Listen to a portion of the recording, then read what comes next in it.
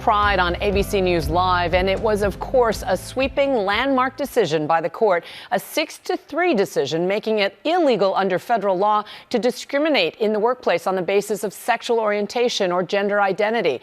Now here to talk more about what that all means and the ins and outs of this years-long legal process to this moment, we're joined by NYU law professor Melissa Murray, and she's a leading expert in constitutional law, and Devin Dwyer, our senior Washington reporter who's been covering the Supreme Court for years. Thank you both for joining us. Thanks for having us. Well, Devin, let's start with you. You report from SCOTUS day in and day out. Describe that historic moment standing on the court steps. What was the mood like when the decision came down?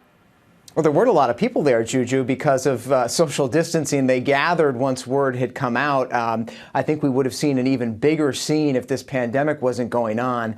But this was truly stunning to come from this conservative court, especially Justice Neil Gorsuch, who, remember, was appointed to replace the late conservative icon Antonin Scalia. Scalia, you'll remember, blasted the so-called homosexual agenda. So a big sigh of relief from the LGBTQ community, especially since the departure of Anthony Kennedy. A lot of anxiety over how this court would go, and a good reason for celebration overnight. Melissa, this was not at all what was expected, and certainly the ferocity of the statement was even more unexpected. What was your reaction when you read the decision?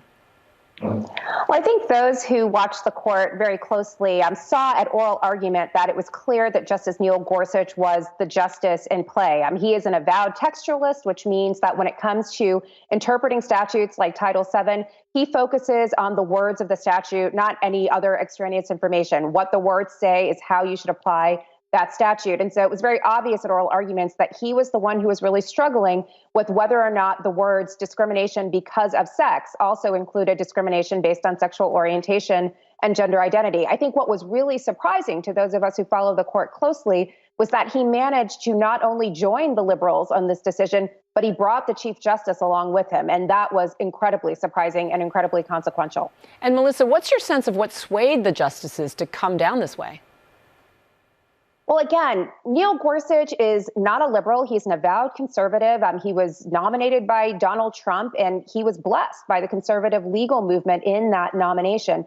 He is someone who believes very much in judicial restraint, and his opinion was one of judicial restraint. He talked about the plain language of the statute, which prohibits discrimination because of sex. And he said quite explicitly in the opinion, when you discriminate against someone because that person's partner is a man and the person is a man, that is necessarily discrimination because of sex, because of the sex of the partner, because of the sex of the employee. When you discriminate against someone because that person is not performing their biological sex, you are discriminating on the basis of sex. So this wasn't necessarily a decision that was sort of woke, as the young people say, but it was woke in that it leads to a progressive outcome, although the logic of it is really quite restrained.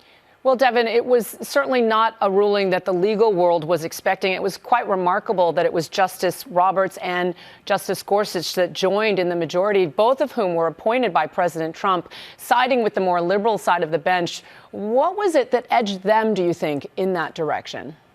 Well, as Melissa was saying, it was a remarkably simple and compelling argument that was right at the heart of that conservative philosophy, textualism, that the words matter, as Melissa was talking about. And you got to give some credit here, I think, to Stanford law professor Pamela Karlan, ACLU attorney David Cole. Both of them represented the plaintiffs in this case. I was in the courtroom when they argued back in October. And I got to tell you, I have never seen the justices so gripped by an argument, particularly Pamela Karlan's. And if you need any evidence that her argument was winning in this case, just take a look at Justice Gorsuch's opinion. He adopts the very words she used in that argument on October 2019. She told the court, an employer who fires a male employee for dating men but does not fire a female employee for dating men violates Title VII, and Gorsuch used almost those identical words. And Melissa, tell us about the dissenting opinions. There were 3 justices that voted against, including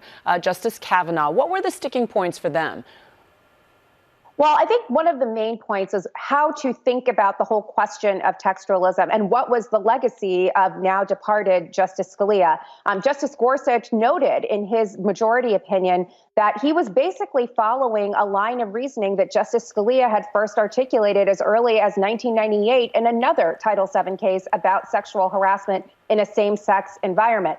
Justices Alito, Thomas, and Kavanaugh were not having any of it. They argued that this was not consistent with Justice Scalia's understanding of textualism. And in fact, this was really the court not being restrained, but really going in its own way to interpret the scope of the statute in a far broader way than the drafters of Title VII would have done. And Devin, what do you think this says more broadly about the role of the judicial branch, even in this moment of deep political divide, when the executive branch, when the Trump administration is rolling back other protections against the LGBTQ community?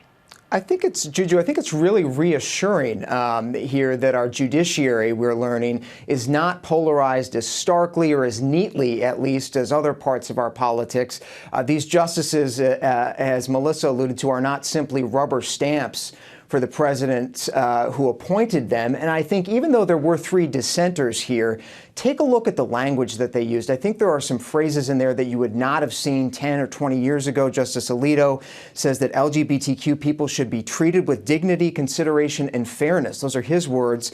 Justice Kavanaugh even called this a victory for the LGBT community that they should be proud of. And so, in the end here, the court really is recognizing what polls show most Americans already believe, and that is that you shouldn't be discriminated against based on who you love. And yet, Melissa, as we mentioned, the administration eliminating the regulation prohibiting healthcare discrimination against transgender people, chipping away at adoption rights among LGBTQ. What are your thoughts on where the judiciary lands in our current social milieu? Well, the judiciary is right at the heart of this. And essentially, this is what the 2 sets of justices are fighting about. If you are a justice that favors judicial restraint, and arguably Neil Gorsuch is one of those justices who believes in a more modest role for the judiciary, you don't want the court to wade into these culture wars. And yet, here you have a conservative majority blessing the idea that gay men, gay women, transgendered persons cannot be discriminated against in their working lives. And it's a monumental decision, certainly as consequential as Obergefell versus Hodges in 2015 that legalized gay marriage throughout the country. A ruling that will be cited for years to come. Thank you both, Melissa and Devin, for joining us. Thanks, Juju.